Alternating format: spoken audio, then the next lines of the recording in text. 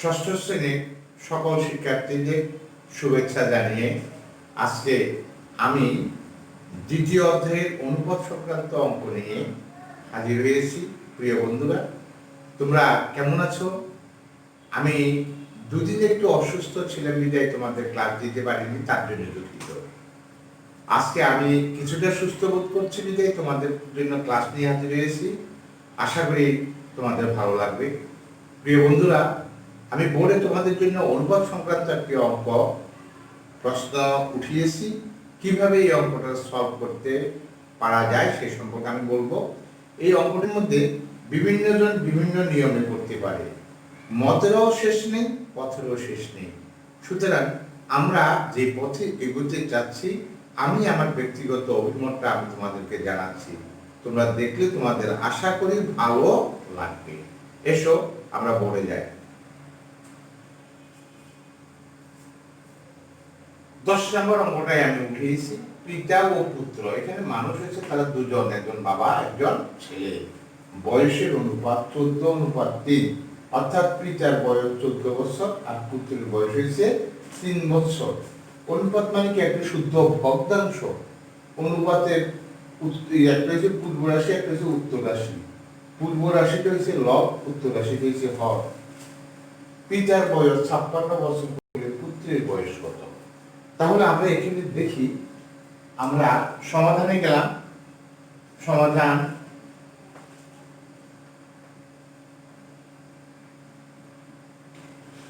দেওয়া আছে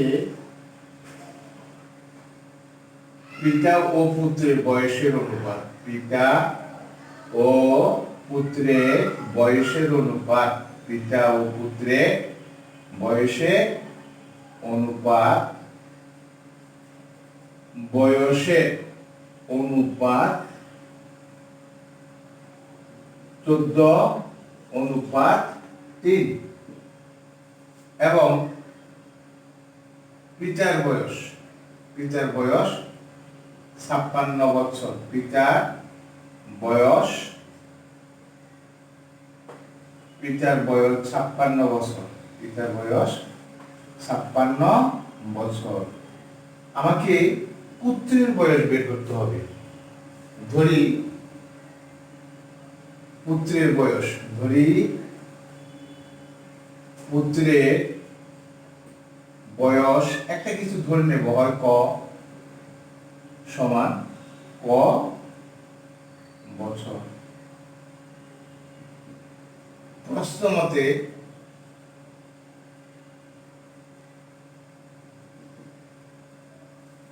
এখানে 14:3, প্রথমে আছে কি পিতা, তারপর আছে পুত্র। এটাকে যদি আমরা এইভাবে লিখি, পিতার বয়স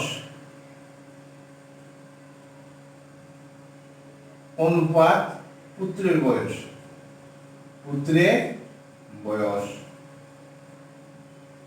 সমান 14:3। 14:3 বা পিতার বয়স দেওয়া আছে কত? দেওয়া আছে 56। পুত্রের বয়স দেওয়া আছে ক সমান 14:3। অনুপাতের দুটি রাশির মধ্যে প্রথমটাকে বলা হয় পূর্ব রাশি, দ্বিতীয়টাকে বলা হয় উত্তর রাশি। অনুপাত মানে একটি শুদ্ধ ভগ্নাংশ। পূর্ব রাশিটাকে হচ্ছে লব, উত্তর রাশিটা হচ্ছে হর। 14:3 এটাকে আড়াই গুণ করলে হয় 8 গুণন। যেখানে অজ্ঞাত রাশিটা থাকবে সেই গুণটা আগে। ক গুণ 14, ক গুণ 14 সমান 56:3। 56:3। তাহলে আমরা কি করব? আমরা 500 করে নিতে পারি। একটু যদি খেয়াল করো তাহলে, বা ক সমান, কর সঙ্গে ক গুণ 14 যখন অভ্যাসে থাকবে গুণ থাকলে ভাগ হয়, 56 গুণ 3 নিচে 14, 4×14 56।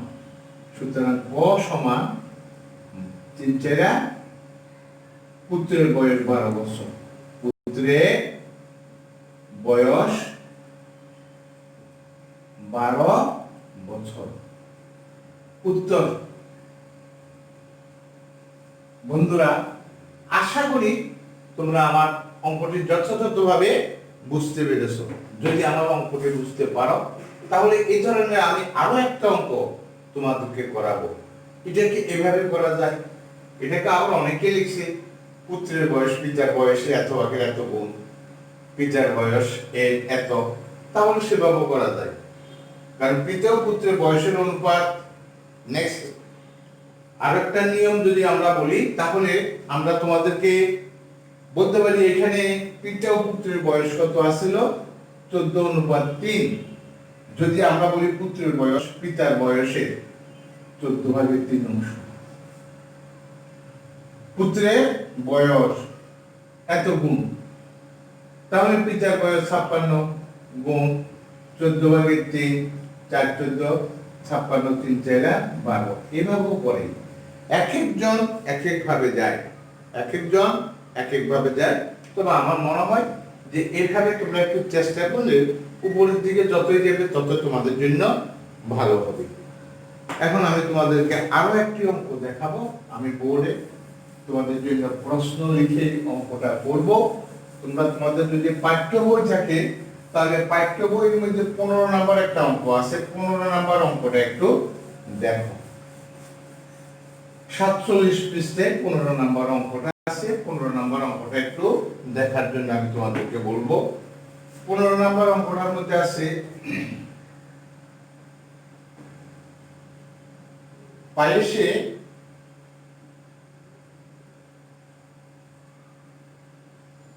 দুধ ও চিনির অনুপাত। দুধ ও চিনির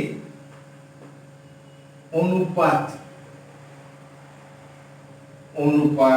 7:2। ওই পায়েসে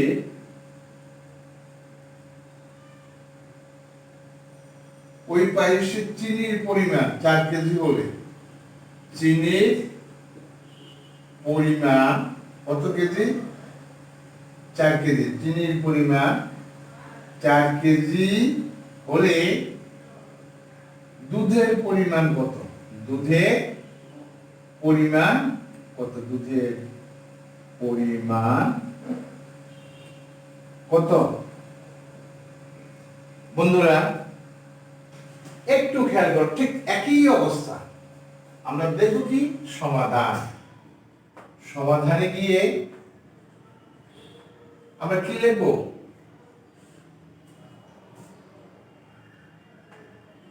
এখানে দুধ ও চিনির অনুপাত। দুধ ও চিনির অনুপাত। দুধ ও চিনির অনুপাত কত? 7:2। এবং চিনির পরিমাণ 4 কেজি। এবং চিনির পরিমাণ, চিনি কত কেজি? 4 কেজি। 4 কেজি। দুধের পরিমাণ কত? আমরা জানি না দুধের পরিমাণ কত। তা আমরা ধরে নিতে গেল, মনে করি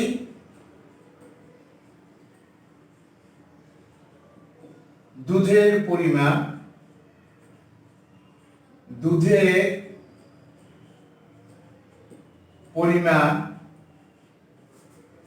সমান কত কেজি? 4 কেজি। দুধের পরিমাণ সমান কত কেজি? 4 কেজি। প্রশ্ন মতে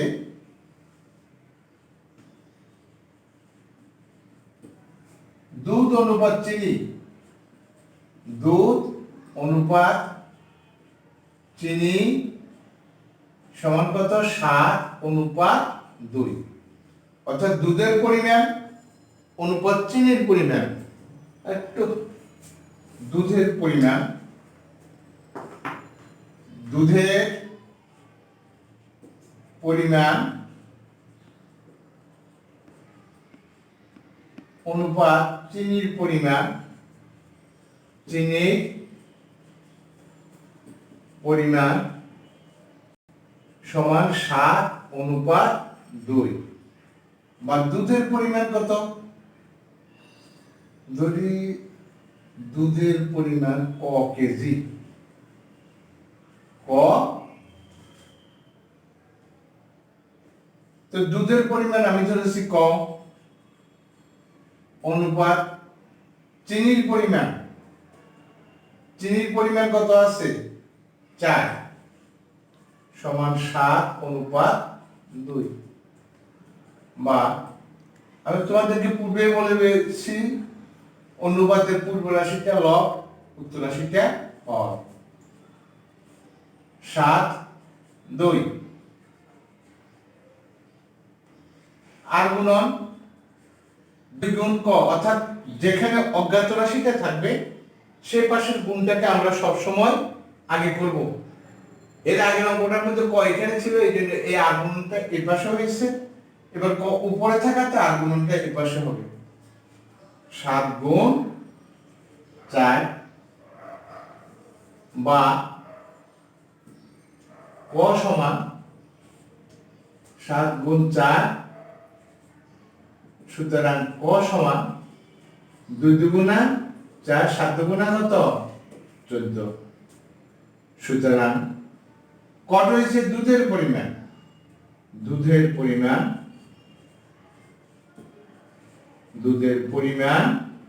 কত কেজি? 14 কেজি।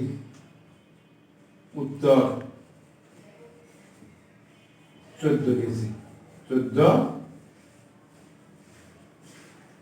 প্রিয় বন্ধুরা, নিয়মের শেষ নেই, এটা আরো অন্যান্য নিয়মে করা যেত, এখন তোমরা, আমি এই নিয়মটা স্বাচ্ছন্দ্য বোধ করি, তুমি যে নিয়ম স্বাচ্ছন্দ্য বোধ মনে করবে তুমি সেই নিয়ম করবে। আর প্রতিনিয়ত এইভাবে যেহেতু তুমি ক্রমাগত উপরের দিকে যাবে, তোমাকে একটু ভালো ভালো নিয়মগুলো অনুসরণ করা উচিত বলে আমি মনে করি। শিখতে হবে, নিয়মের শেষ নেই। তুমি যত বেশি আত্মস্থ করবে তত তুমি নিজেকে সুন্দরভাবে মেলে ধরতে পারবে। মেলে ধরার জন্য তোমার ঐকান্তিক প্রচেষ্টাই একমাত্র তোমাকে কাঙ্ক্ষিত লক্ষ্যে পৌঁছাতে সহায়তা করবে। আমি আজকে আর ক্লাস বেশি দীর্ঘায়িত করব না, আজকের ক্লাস আমি এখানেই শেষ করছি। এই অনুপাতে আমি আরো একটি ক্লাস আমি তোমাদের জন্য নেব। আরো একটি ক্লাস নেওয়ার পর অনুপাতের উপর আমি তোমাদেরকে সৃজনশীল করাবো। সামনের ক্লাসও আমি অনুপাতের উপরে করাইয়ে তারপর সৃজনশীল করাবো। তোমরা আজকে যারা আমার ক্লাস অতীতেও করেছো, আজকেও করছো, যারা পুরাতন আছো তাদেরকে সাধুবাদ, যারা নতুন এসেছো তাদেরকেও সাধুবাদ জানিয়ে তাদের কাছে একটা কথা থাকবে, যদি আমার চ্যানেলকে সাবস্ক্রাইব না করে থাকো, কেউ যদি সাবস্ক্রাইব না করো তাহলে আমার চ্যানেলকে সাবস্ক্রাইব করবে, আমার বেল বাটনে ক্লিক করবে, লাইক এবং কমেন্টস করতে হবে। কমেন্টস করলে আমি বুঝতে পারবো যে তোমরা কতটুকু বুঝতে পেরেছো, অথবা আমার দোষ ত্রুটি কতটুকু আছে সবগুলো তুলে ধরতে হবে। মাঝে মধ্যে কিছু জিনিস স্লিপ হয়, আমি মানুষ মাত্র স্লিপ হতে পারে, এবং এই স্লিপগুলোকে প্রত্যেকের স্ব জায়গা থেকে ক্ষমা সুন্দর দৃষ্টিতে দেখা উচিত বলে মনে করি। ভালো থেকো, সুস্থ থেকো।